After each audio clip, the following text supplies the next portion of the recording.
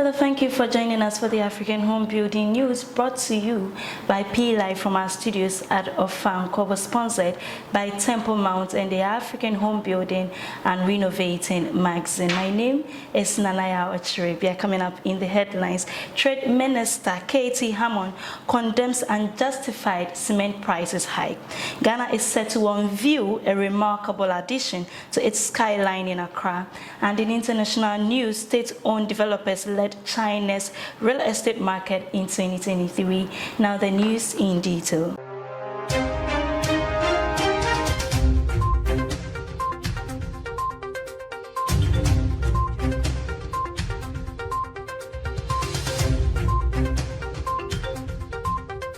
So our first story, Trade and Industry Minister Katie Hammond has expressed concern over the recent increase in cement prices, describing it as a conspiracy among producers and importers. Mr. Hammond argues that the government has provided a conducive environment for the cement industry to thrive, making the price hike unjustified. He emphasized that the government has established the necessary regulatory framework for profitable business operations, and he questions the basis for the price increase. This contradicts Vice President Dr. Mahmoud Bawumia's statement in December 2023, where he claimed that the government measures had led to macroeconomic stability and a decline in price for various commodities, including cement.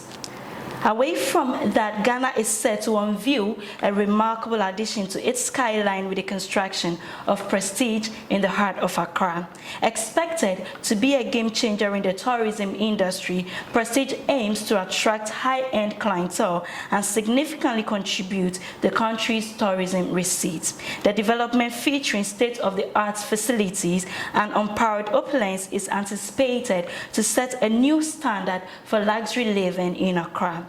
Positioned near Kotoka International Airport, Prestige is not only expected to enhance tourism, but also symbolize Ghana's growing prosperity, becoming a source of pride for its people. Nabil Ahmad, the founder and chairman of I2 Development, emphasized the crucial role of modern and sustainable offices, residential properties, and hotels near major airports in fostering the growth of tourism, aviation, and related businesses.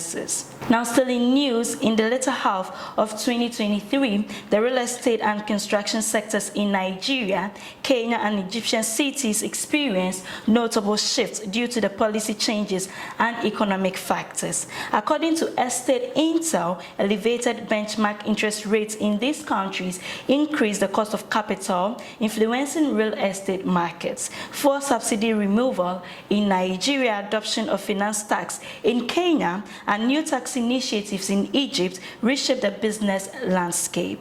They also saw a decline in development pipelines in Lagos, Nairobi, and Accra. Lagos and Nairobi remain tenant markets with limited new project announcements anticipated.